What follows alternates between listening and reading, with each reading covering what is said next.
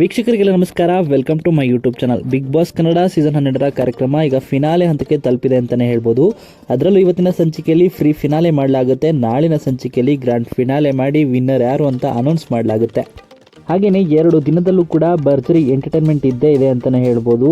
ಹಾಗೆಯೇ ಟಾಪ್ 6 ಸ್ಪರ್ಧಿಗಳಾಗಿರುವಂಥ ಗಿಲ್ಲಿ, ರಕ್ಷಿತಾ, ಕಾವ್ಯ, ಅಶ್ವಿನಿ, ರಘು ಮತ್ತು ಧನುಷ್ ಒಟ್ಟು 6 ಸ್ಪರ್ಧಿಗಳಲ್ಲಿ ಒಬ್ಬರು ಇವತ್ತಿನ ಸಂಚಿಕೆಯಲ್ಲಿ ಎಲಿಮಿನೇಟ್ ಆಗೋದು ಖಚಿತ. ಹಾಗಾದರೆ ಯಾರು ಇವತ್ತಿನ ಸಂಚಿಕೆಯಲ್ಲಿ ಎಲಿಮಿನೇಟ್ ಆಗ್ತಾರೆ ಅಂತ ಈ ವಿಡಿಯೋ ಮೂಲಕ ತಿಳಿಸ್ತೀನಿ. ವಿಡಿಯೋನ ಸ್ಕಿಪ್ ಮಾಡದೆ ಕೊನೆವರೆಗೂ ನೋಡಿ. ಮೊದಲನೇದಾಗಿ ಹೇಳಬೇಕು ಅಂದರೆ ಗಿಲ್ಲಿ ಹಾಗೂ ರಕ್ಷಿತಾ ಅವರು ಅತಿ ಹೆಚ್ಚು ಓಟ್ಗಳನ್ನ ಪಡೆದು ಲೀಡಿಂಗ್ನಲ್ಲಿದ್ದಾರೆ ಅಂತಲೇ ಹೇಳ್ಬೋದು. ಇನ್ನು ಇವರಿಬ್ಬರಿಗೆ ಹೋಲಿಸ್ಕೊಂಡ್ರೆ ಸ್ವಲ್ಪ ಕಡಿಮೆ ಓಟ್ನ ಪಡೆದು ಬಾಟಮ್ 3ಯಲ್ಲಿ ಯಾರ್ಯಾರಿದ್ದಾರೆ ಅಂತ ನೋಡೋದಾದರೆ ಧನುಷ್, ಕಾವ್ಯ, ರಘು ಅವರು ಬಾಟಮ್ 3ಯಲ್ಲಿ ಇದ್ದಾರೆ ಅಂತಲೇ ಹೇಳ್ಬೋದು.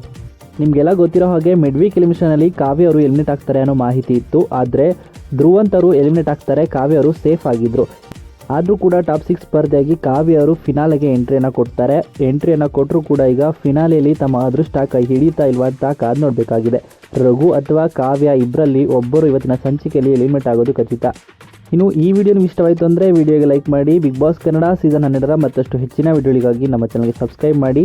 ಹಾಗೆಯೇ ನಿಮ್ಮ ಪ್ರಕಾರ ರಘು ಅಥವಾ ಕಾವ್ಯ ಅಂತ ಬಂದರೆ ಯಾರು ಎಲಿಮಿನೇಟ್ ಆಗಿರಬೇಕು ಇವತ್ತಿನ ಸಂಚಿಕೆಯಲ್ಲಿ ಅಂತ ಕಮೆಂಟ್ ಮೂಲಕ ನಿಮ್ಮ ಅನಿಸಿಕೆಯನ್ನು ಕಮೆಂಟ್ ಮಾಡಿ. ಹಾಗೆಯೇ ಬಿಗ್ ಬಾಸ್ ಕನ್ನಡ ಸೀಸನ್ 12ರ ವಿನ್ನರ್ ಯಾರಾಗಬೇಕು ಅಂತಲೂ ಕೂಡ ನಿಮ್ಮ ಅನಿಸಿಕೆಯನ್ನು ಕಮೆಂಟ್ ಮೂಲಕ ಕಮೆಂಟ್ ಮಾಡಿ ತಿಳಿಸಿ.